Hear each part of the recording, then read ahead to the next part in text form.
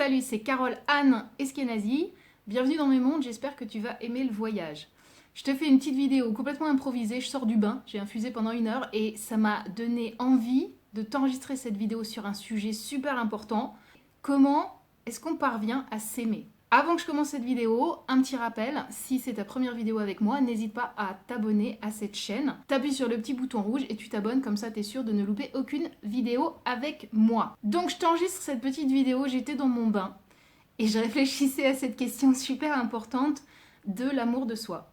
Et je me suis aperçue que moi ces derniers temps, je m'aime, enfin tu vois, j'ai passé la quarantaine et je m'aime vachement plus que quand j'avais 20 ans.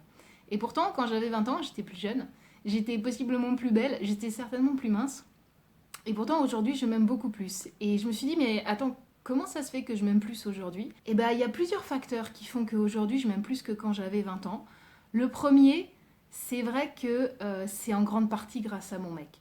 Parce que j'ai un mec super génial, j'ai un amoureux qui est super génial. À chaque fois qu'il me voit toute nue, à chaque fois que je me mets à poil devant lui, il pousse un waouh d'exclamation à chaque fois. Et tu vois, je pense qu'à un moment, ça a fini par connecter, ça a fini par atteindre les neurones, ça a fini par rentrer dans mon cerveau et j'ai fini par entendre ce message. J'ai fini par entendre le fait que cet homme-là me trouvait belle exactement comme je suis et que lui, il s'en fout, genre des bourrelets par-ci, des trucs en trop par-là.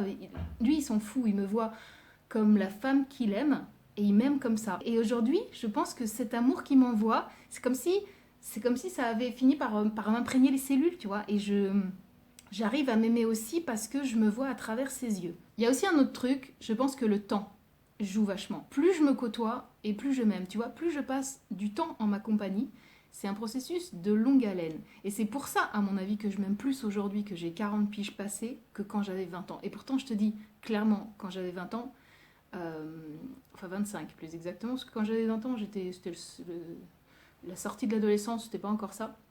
Mais quand j'avais 25 ans, bah, j'étais plus jeune, j'étais plus belle, j'étais beaucoup plus mince, et pourtant j'étais moins bien dans ma peau, mais vraiment moins bien dans ma peau.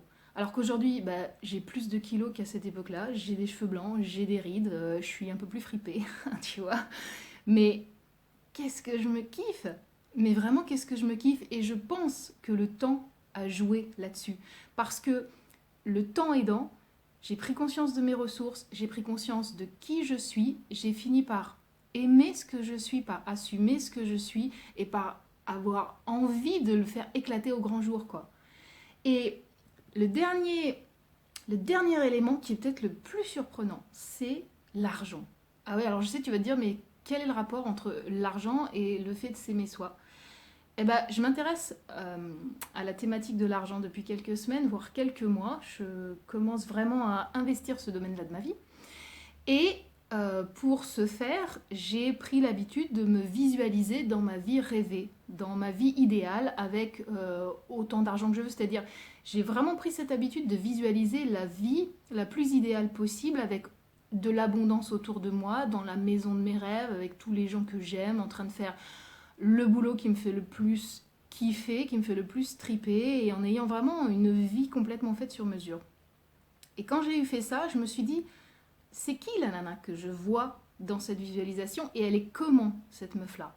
Et je me suis aperçue que cette nana que je vois dans cette visualisation, dans sa maison, avec des tomates, avec une super vue sur un très beau jardin, je me suis aperçue que cette nana-là, elle n'est pas stressée pour un sou sur son poids ou sur son image. Et ça ne veut pas dire que c'est une souillon et qu'elle se laisse aller et qu'elle est moche. Au contraire, ça veut dire qu'elle irradie de charisme, de vitalité, de confiance en elle et qu'au fond, elle a pigé que sa valeur ne se restreint pas à son poids, ne se restreint pas à son apparence, que finalement, le plus important, c'est la lumière qu'elle a en elle et qui rejaillit à l'extérieur. Et cette meuf-là, pardon pour l'expression, mais cette nana que je vois dans mes visualisations, elle me fait bander. Et j'ai envie d'être elle. Et ça aussi, tu vois, ça m'a fait un déclic. Je me suis dit, mais si je veux devenir cette nana-là, dans cette maison, avec ces tomates, avec cette vue sur ce beau jardin, qui est en train de bosser sur ses créations, qui a l'argent qu'elle veut, qui fait ce qu'elle veut de sa vie, si je veux devenir elle, eh ben, il faut que je pense comme elle. Et ça passe aussi par me dire que je suis ok, je suis comme je suis, et c'est parfait et je suis déjà belle. Et après, ça m'empêche évidemment pas de prendre soin de moi, de bien manger, de faire de la gym parce que j'aime ça aussi, de me faire belle, de me chouchouter, de me parfumer, de me maquiller, de me coiffer, tu vois. Parce que là, je ne suis pas du tout, là, je sors du bain, forcément. Tout ça, c'était des choses que j'ai eu envie de partager avec toi, d'une façon totalement improvisée. C'était mes petites réflexions du soir. N'hésite pas à partager cette vidéo si tu as autour de toi des personnes qui s'aiment pas encore beaucoup. Et puis, on se retrouve très vite pour de nouvelles vidéos. Je t'embrasse. Mouah.